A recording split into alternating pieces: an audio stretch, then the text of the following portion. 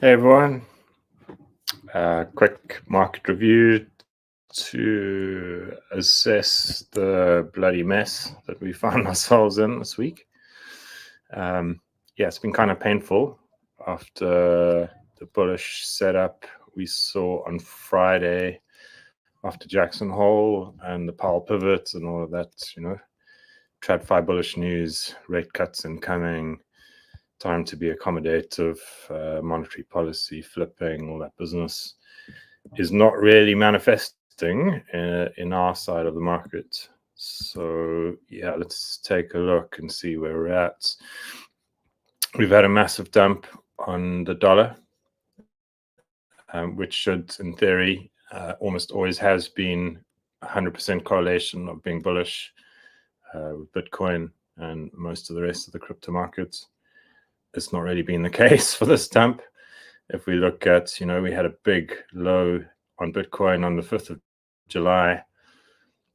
Since then, we've had a massive nuke on Friday with the Jackson Hole comments from Powell, which should have sent us higher than it did. We got a nice daily candle, a nice weekly candle actually last week. But that hasn't followed through this week yet so far. We saw massively weak price action yesterday from Bitcoin. I put DXY in the newsletter yesterday just as a word of caution, although obviously it's good that it's going down. In theory, it's good. Hopefully will turn out to be good eventually. You can see here, Bitcoin bull started last year in October with this top over here. This was the, the macro bottom for Bitcoin when FTX collapsed, and it went up from there as DXY sold off. DXY sold off here. We went from 28K up to 74. Not much upside in this sell-off so far. And I put in the newsletter yesterday, basically just as a word of caution, yesterday lunchtime. Actually, I was a bit late yesterday with the newsletter. Sorry, Hickson. We went out maybe 3:30 yesterday, just as a word of caution, because it's massively oversold on the 3-day. And obviously we're getting all that weak, ordered sell-off and Bitcoin yesterday just bleeding out. Massive show of weakness after the strong weekly close. So just as a word of caution, because this could easily bounce into the weekly close on Friday, which would obviously, we haven't moved up on the downward move. We'll probably move down on any upward move. That's just the way things are at the moment. Pretty unpleasant, but there you go. So yeah, moving on to, this is just the move index quickly. You see this macro rounding top on the move, which is good for liquidity. The lower it goes, the more you can leverage up your bond collateral. Move obviously being an index of bond volatility. It's basically the VIX for bonds, which is quite useful to have, because it serves as an indicator of how much you can leverage up your bond collateral. Obviously, bonds being a huge source, treasuries of collateral around the world. And it's one of the three main drivers of global liquidity, the level of the move. So below 95 is good, according to Capital Wars, Michael Howell. Them that know. We're not there at the moment. We had the spike up with the yen carry trade blow up and recession fears, etc. And for some reason, it's threatening this little downtrend again. I would like to see this continue to come down. But right here, it looks a bit like a bull flag, which is concerning. But then here we have M2 global liquidity at all-time highs, which is another, bullish, along with DXY dumping. This is bullish too. So I don't know if it's bullish or just frustrating that it's not making any difference to our situation with Bitcoin and the rest of the market. Maybe it's just all the sell pressure, that's been mounting up with Mt. Gox, Silk Road, German government, whatever. There's a lot of Bitcoin that's been locked, come onto the market in the last 3 months or so. So that's the move. And then just the broad indexes, Tradfi US indices. S&P is still looking decent. I thought it would roll over here. The stock is kind of rolling over. We've had a huge buyback from the carry trade unwind, which touched this long-term trend line. Let's just make this bigger. The trend line goes all the way back to October 22. We tested it again. It's still looking good to maybe move up and test all-time highs in the next kind of week or so. Let's see what happens. NASDAQ, similar, not quite as bullish. Also long-term trend line tested. Not as strong as a buyback. There's a bit of resistance here at the 20,000 level. But again, probably likely we will test this all-time high, maybe not as soon, a couple of weeks or a month or so. Let's see. Into the elections, there's going to be some additional liquidity, almost certainly into the elections in November. So let's watch that. I mean, it can't hurt if the Tradfi indices go up. It will hurt if they go down. So you can see this RSI is kind of just above the 50 level, which is good. And that means to me, you know, RSI, you can treat it like a range. It's likely if it holds 50 that it's going to go to the top of the range. So that'll be good. Yeah, and then this is just XLK is the main tech ETF in the US. It's kind of a sector ETF, similar to NASDAQ, I guess, similar place. The stock also kind of rolled over. It looks like it's curling up again here. Yeah, it's kind of pretty similar to NASDAQ. And then this is interesting. This is utilities, typically a risk-off play. If we're going to have a recession, you'll see this thing pump, and you can see how it has done since the 1st of July. You've had this huge run up in relative terms for utilities. You know, it's only what 15% or 20%, but inside of a month, that's a pretty good run for a risk-off ETF. But it looks to me like it's continuing to roll over here, which will be good, because if people are getting out of XLU, that says to me we're not in a recessionary environment. It could just be a consolidation or, you know, a retrace, but I like that it looks more bearish than the more risky plays like NASDAQ. NASDAQ looks better to me. This looks toppy. That says to me that macro-wise, we're in a regime where people are putting money into riskier plays. See how that works out. Maybe the markets, yeah, maybe they're dummies and they'll be punished. But yeah, hopefully the momentum sways towards riskier stuff. And then super interesting is that the DJI, the Dow Jones, has been doing really well, made all-time high yesterday. It's kind of a mad chart, the DJI. This is the log chart, and these trend lines are just super long. You can see very consistent progress on the Dow Jones Industrial Average, even though the US has become way more financialized over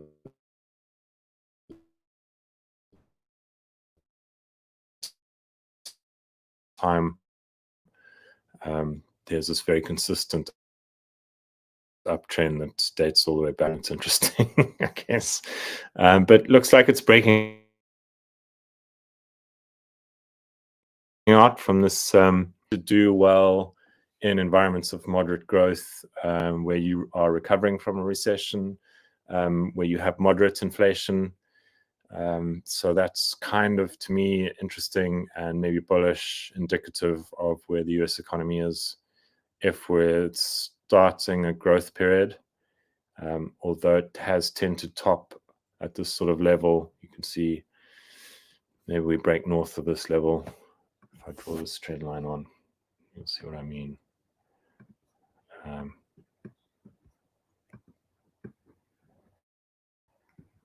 So maybe we have a run up to there, and I don't know, let's see what happens from there. Yeah, just interesting from a macro perspective. And then, yeah, actually look at some crypto shits. So this is the daily view on Bitcoin.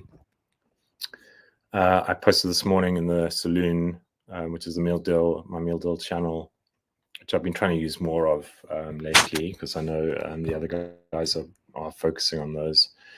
I'm still in Lucky Luke. I'm just posting probably more charts in the Saloon at the moment, and then you get to look at them if you watch the stream, basically, which are all public. So yeah, the daily view on Bitcoin, I'm really not sure this level is going to hold again. I don't think we should, you know, if we're going to remain bullish, we should ideally stay away from this 57K level. If we go down there and test it like we did previously, I don't think it's going to hold. Just because this consolidation has a bad history of new lows holding. Not that this is a new low, but this is a new low, and I'm concerned. If we've broken this level already, retested it, had a nice pump, you shouldn't really see this kind of rejection. Although we are trying to reclaim the 200-day, and it's in a way it's fine that we get rejected once or twice, like we did here, rejected there, rejected here with the tweezer top, but we recovered. So hopefully we can recover here. But yeah, I don't want to see us wicking down or consolidating, grinding along this level. It's probably not going to hold. And if it doesn't, then this one either. This being 50 to 52. And that means the next lower low is quite a long way down. So that would be very bad for high time frame structure. That starts to look like a bear market to me, just being honest. So yeah, ideally this holds. We really need to see a decent daily close today, ideally above 60. And then we still have quite a lot of work to do up here. I was long Bitcoin based on this MA cross, which is still valid. So I have some other longs. I closed my, when we started getting this orderly cascade or orderly sell-off yesterday, if I just zoom into the 4-hour, there's a 4-hour 200 moving average acted as support for a couple of candles and then gave way. So I closed my long because I was in profit. I had like a reasonable profit. This crossed bearish over here and I got out with a little bit of profit. Thank goodness. Better to close early with profit than late with a loss, I guess, is the maxim for that. But this bounce looks decent. I think, if there's anybody out there with big Bitcoin spot bags, they need to know that you have to step in here if you're going to save this market. Yeah, it's looking very iffy at this point. Just being real. Back to the daily. And then for ETH, I don't know if we can move. It's something else to look at here. I don't know. Yeah, and basically this looks like a decent bounce so far. As I said, I'm not long Bitcoin, but if we reclaim here in a convincing fashion, the 60K level, ideally we close it daily, like up here somewhere today, like 61, 60. Yeah, 61, you kind of need to be above. Just based on, if we get a fixed range volume profile for basically the month of August, this level matters. Okay, so it's 59.4. I mean, yeah, we could survive with this, but we need to move. We need to move up. Otherwise, the structure starts to look really ugly. And high time frame ugly structure leads to downward momentum. That's what we need to avoid. So yeah, that's kind of where I'm at on Bitcoin. And then just on ETH, this is a good tweet from Adam, good trader, yesterday. So it's a bit out of date now. This was midday yesterday, almost 24 hours ago, but still fairly true. I think some shorts closed with the big liquidation cascades, not big, but medium sized, that we got around night time last night. So he reckons ETH is setting up for a short squeeze. I don't know if we get this in the immediate term, but it's possible that we get some short squeezes if there are some high time frame sort of long-term ETH shorts. A lot of whales that are holding ETH are now aware that there's a lot of bearish sentiment, which means that they, in my opinion, are likely to be hedging. And just generally the market is short ETH. So squeezes are possible, but bulls need to step in like bigger than they have so far. So yeah, what he was flagging yesterday was open interest up, which just means all market positions are going up. We don't know if those are long or short, but then you can infer, because funding has come down, that a lot of those positions are short, because perps and futures platforms are going to charge you to short if everybody wants to be short. And then cumulative volume delta down, which is a direct implication. People are, there are more sells at this level than buys. Large influx of market sell orders. So yeah, just looking at, okay, this should have been the ETH chart. We can look at IVA in a minute though, because I'm still long that thing. So yeah, I drew this squiggle literally on the 4th of August when we got, actually prior to this big down candle. We're over here. Actually, it was probably on the 1st of August. I can go back and look.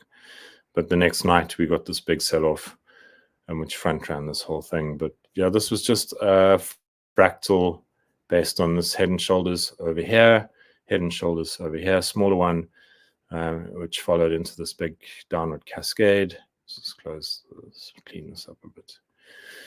It's a 3-day chart, log chart. And then Ansem posted a similar chart to this. Obviously, he's a big Solana bull, and maybe both of us have some bias against ETH.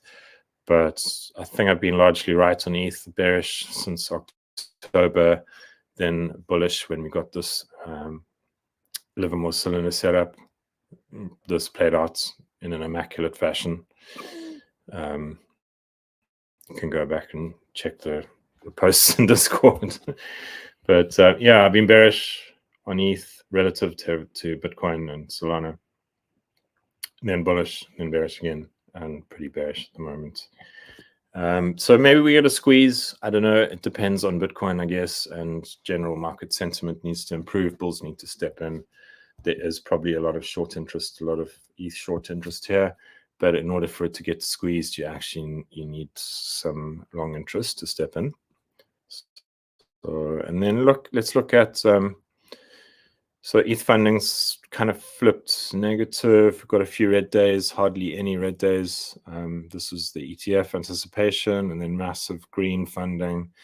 Lots of bullish sentiment. But we've got a little bit of bearishness here showing up in the funding. We haven't really seen that since the depths of the bear market here in July 23 through till September 23. So yeah, let's see if we get a squeeze. And then liquidations from the sell-off this morning. I mean, some, but it's not the hyperbole that you're seeing on CT. People talking about billions of dollars in liquidations. Sure, there's been some liquidation. What is this, 70 million aggregated across exchanges?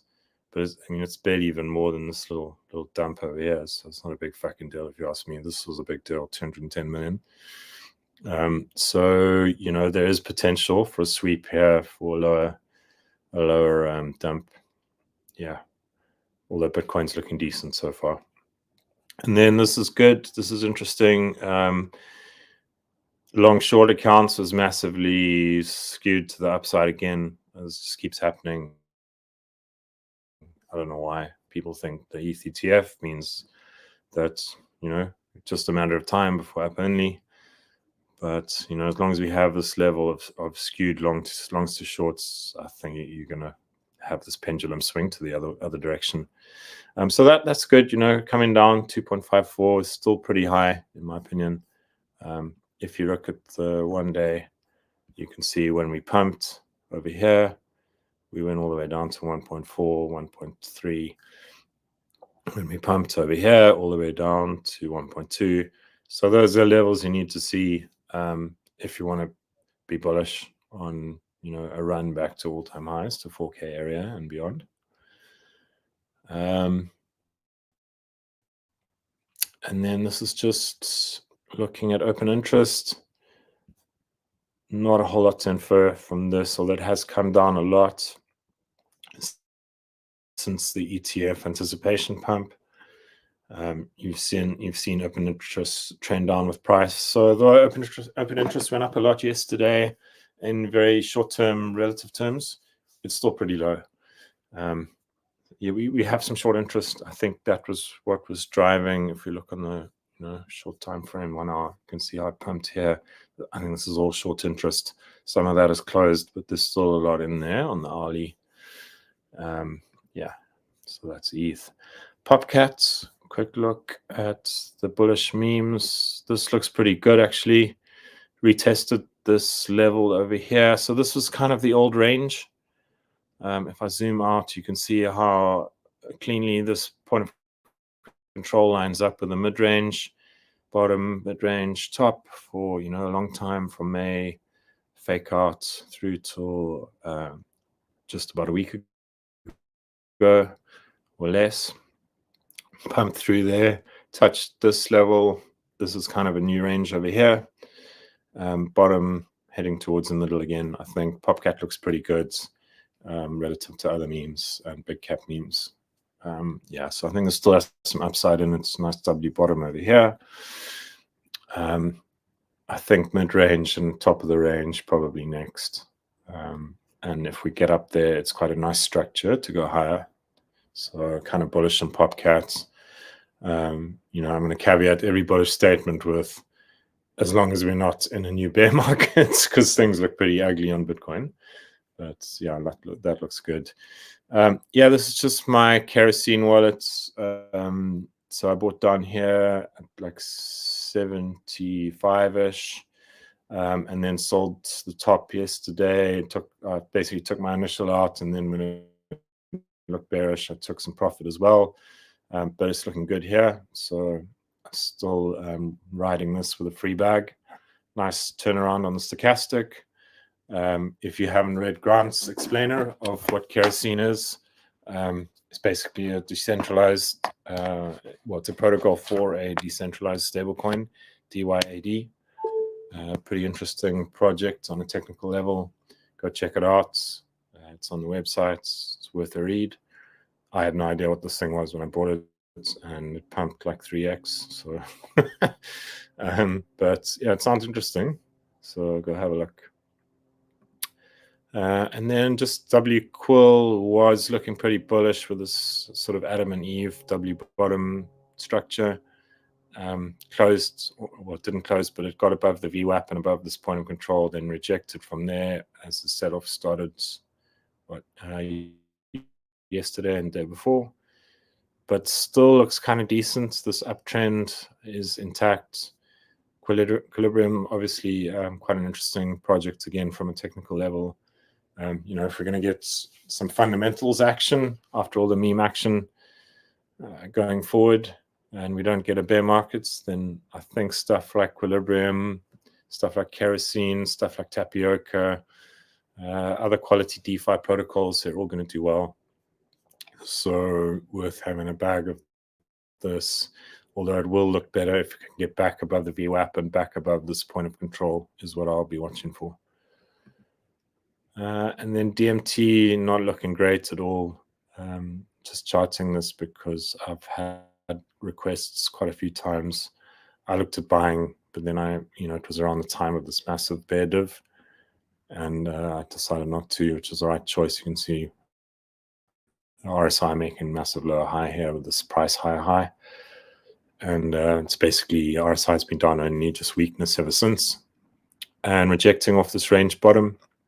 It's kind of a bit of a messy range here. But I would wait for this. I would wait for the support to hold A and B for it to get above this range bottom. And you can see it's struggling to get above this 59.60 level. So yeah, that's DMT. And then Tapioca, I believe testnet should be live this week, or if it isn't already. Not too sure what's happening there. I need to go and listen to Tap Talk from yesterday, I guess. But yeah, again, you want to see this hold from a technical perspective. There's a bit of an uptrend here, but it looks iffy. So I don't know what's going to happen when they finally go live. Is that going to be a sell the news event? Hopefully not, because it's already pretty beaten up. Maybe wait for this to start bottoming. Wait to see what happens with the MACD, because it's kind of flipping bearish here. Yeah, on the daily, if this can get above 50 again, then it will look better. Above the VWAP, even better. Above the point of control, which is at 360, even better. It looks kind of beaten up here, but I mean, a lot of this is down, A, to the wider markets, and B, to uncertainty around the fact that they deferred their going live for so long. Why do I have a DeFi alarm tab? This is just Camino, which looks pretty good. TVL pumping pretty hard. Let's have a look at the Camino chart, because I don't think I have that up.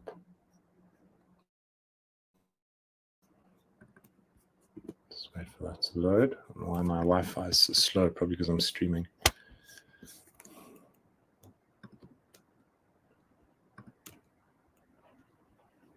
Okay, we looked at ETH.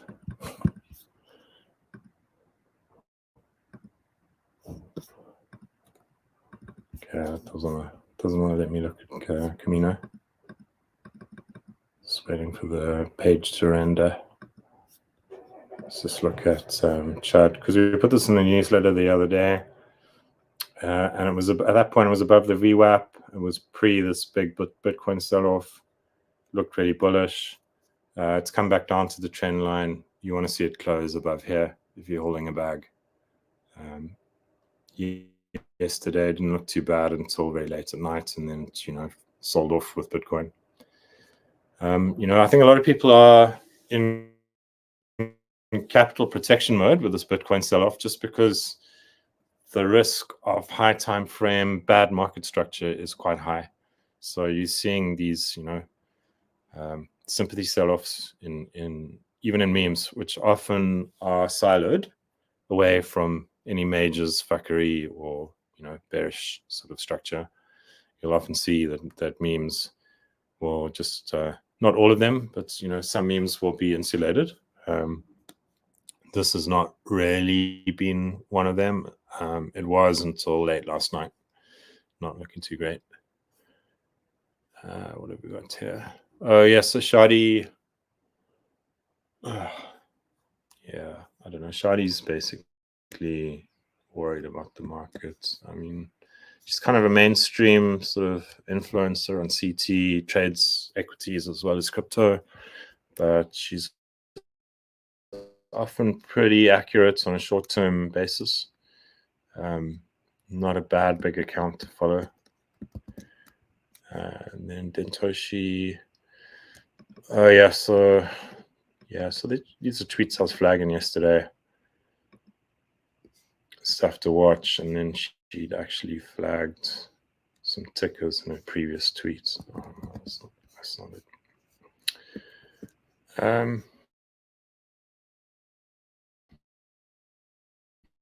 I wanted to look at. Oh yeah, this is just ETH BTC. Further to what we were saying earlier about potential short squeeze. This looks like a potential short-term bottom. This bull here is just Vitalik's bull tweet, which I thought, could well be a long-term bottom. But since then, he's basically been fudding his bags, saying that DeFi is shit. Where does the yield come from? All this crazy stuff. Well, it's not crazy. I mean, he's making some valid points. But you would think you would want to at least try and pump his bags after his little bull tweet, which hasn't, as it turns out, done very much for ETH BTC. Yeah. ETH needs some better KOLs. Yeah, the Bankless interview with Kyle Salami was pretty funny as well. They basically got Kyle Salami on to FUD the ETH bags, and then gave him 2 minutes at the end to steelman ETH and give some bullish ETH arguments, which he struggled to come up with. So yeah, things are pretty rock bottom sentiment wise for ETH. Even Bankless are like getting Kyle on to tell them why their main bags are shit. Crazy times. Oh yeah, so let's look at ARB, because I'm still long ARB, and it looks pretty good. It looks pretty strong compared to ETH and compared to other DeFi as well. So this is just a 3-day chart. Drew this trend line from the top here in May 21. Touched here again, broke out, and basically retested the breakout here at 120, where I add a little bit to the bag. I've been taking profits on the way up. So yeah, it's not a huge bag, but I add a little bit over here. And we have this 3-day MA cross over here. You know, we've had a few in this chop here, but this one was good. This was a good signal. This one was a good signal. So, and it's still holding out, it's still holding strong, this bullish cross. So let's see what happens. Obviously, high time frame support is down here at 100. But ideally, this trend line breakout is going to hold. Maybe we walk down a little bit before we go up again. But this is a level here, 127 for some volume profile. Resistance currently, hopefully supports maybe towards the end of the day. Still pretty bullish AVE. And then I just noticed if you divide AVE by total DeFi, it's actually a lot stronger than the rest of and pretty much everything in DeFi.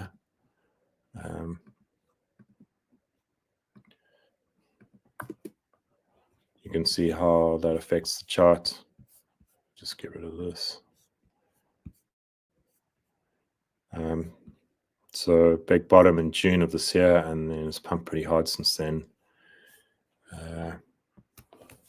Actually, maybe a better way to look at this is to just get total DeFi as a spaghetti chart. So E plus.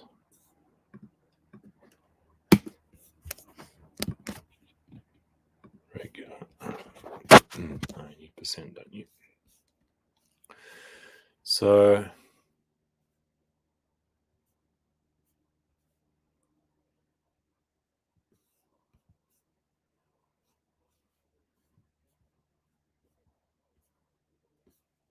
if you take it from beginning of the year in January, you had this big pump. This is basically mid-August when you get all these bullish proposals on Aave for kind of a fee switch to return fees to holders of the token and whatever else they've got planned. So hopefully this keeps going. Total DeFi doesn't look that great. Looks like it's still in a downtrend, whereas for Aave, that downtrend's been pretty thoroughly broken out of. We just need to see some continuation. Let's get rid of that. Yeah, so the monthly chart was my entry for this. This MA cross over here back in January, only acted on it over here, but we've had a decent monthly candle so far. It would be nice if this kind of upside wick got filled out in the next couple of days. I don't know if that's a bit ambitious, but maybe we can move up towards 130, 135 again and see what happens. All depends on Bitcoin, whether, you know, if the Bitcoin weekly shits the bed this week, the monthly shits the bed, then all bets are off, basically. We'll be in capital preservation mode if we aren't already. Let's just cover a quick look at the Bitcoin monthly. Nice big wick on it. It would be nice if we could get above 62, though. Only the end of the week to achieve that. With DXY bouncing could be tricky. But, you know, and also if we could just get above 60, where these monthlies closed or opened, as the case may be. You don't really want to have a low close on the monthly because it just gives you that momentum.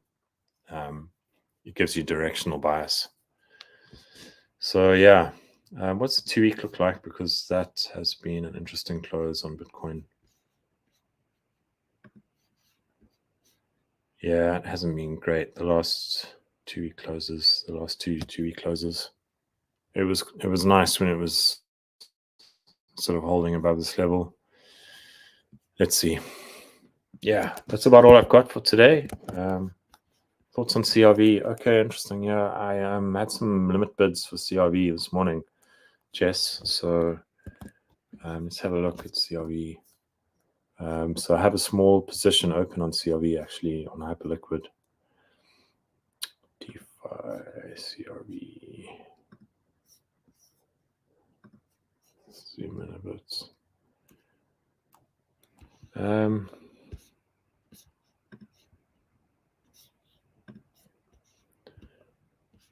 Yeah, so looks like a bit of a reversal potentially. Let's get some volume going. Volume profile.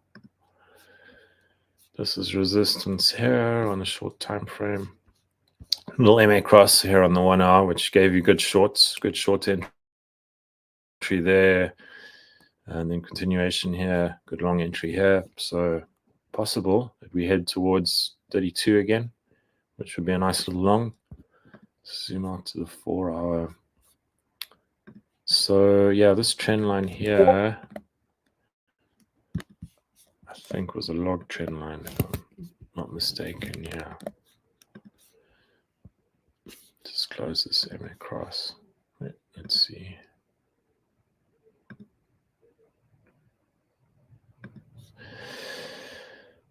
Yeah, so this trend line breakout here was kind of significant for me. You can see the strength of this daily candle on the 12th. And then we've chopped around, come back down, retested this high time frame support here. So yeah, if this thing is going to go up, this is a good place to enter. Because you have invalidation here. You know, if you can enter sub 30 or even here, you've got good invalidation if the daily closes below this level. Yeah, so I might hold on to my long and see what happens. Obviously, this 35 level is a kind of a big deal because we double topped up there, but there'll be some liquidity resting up there. Hickson was pretty bullish on the fundamentals for CRV recently, wrote about it in the newsletter. Apparently lots of whales piling into the 4-year lockup thing. Sounds crazy, but apparently it's happening. 4 years is a long time in a cyclical space like this. But if that is the case, then you would expect a kind of floor below this level to happen.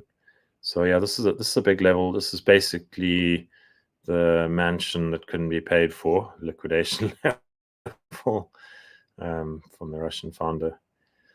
So maybe a good long from here, at least up until this level. And, you know, they say there's no such thing as a triple top. So if we get back up here, potentially we go higher to 43 area. Yeah. Yeah.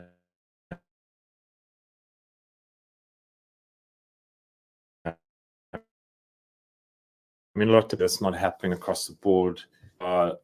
Solana new DeFi protocols like Camino and Drift, and then your DeFi 1.0 Lindy stuff like Aave and CRV, CVX to some degree comp, although that doesn't look great at the moment. We've got this nice run up to 55, I think, and then just rejected yesterday with the sell-off. Falling back below this big level. This 52 level is a biggie. I want to see it above here to believe that we're going up here. We need to close up here, preferably on a weekly basis, even monthly basis, but that might be too soon because we've only got 2 days, 3 days for monthly closes. Let's see what the monthly, nice big wick on the monthly again, but it'll be nice to see it up here and above here. Nice big green monthly would be beautiful, but that might be a bit hopeful at this point. Cool, guys. Unless you've got anything. Oh, TAL. Yeah, TAL's interesting. Actually, I'm long TAL. I don't know why I don't have that chart up. Let's have a look. Because it's been quite strong. Nice, beautiful green monthly in this shitty environment. And the BTC pair looks decent as well. Tau BTC. Let's zoom out a bit. Yeah, this looks pretty strong here on the Bitcoin pair. Bitcoin pairs are interesting, actually. If you're going to long your alts, then it's always good to be looking at the Bitcoin pair. At the very least, you want this thing, or whatever it is, to outperform Bitcoin. So quite a few of these are green. BNB, interesting as well on the 3-day. Tau BTC looks good. So this is a nice sort of Adam and Eve / double bottom pattern here. And then the USDT pair, again, similar to Aave and a couple of other charts, you've had this trend line breakout, and you're retesting the trend line that you broke out from, which is a pretty common sort of price action pattern. If we get RSI up, you can see we had a nice bull div. With the price making a low, RSI making a high. Let's get rid of this MA, which I don't like.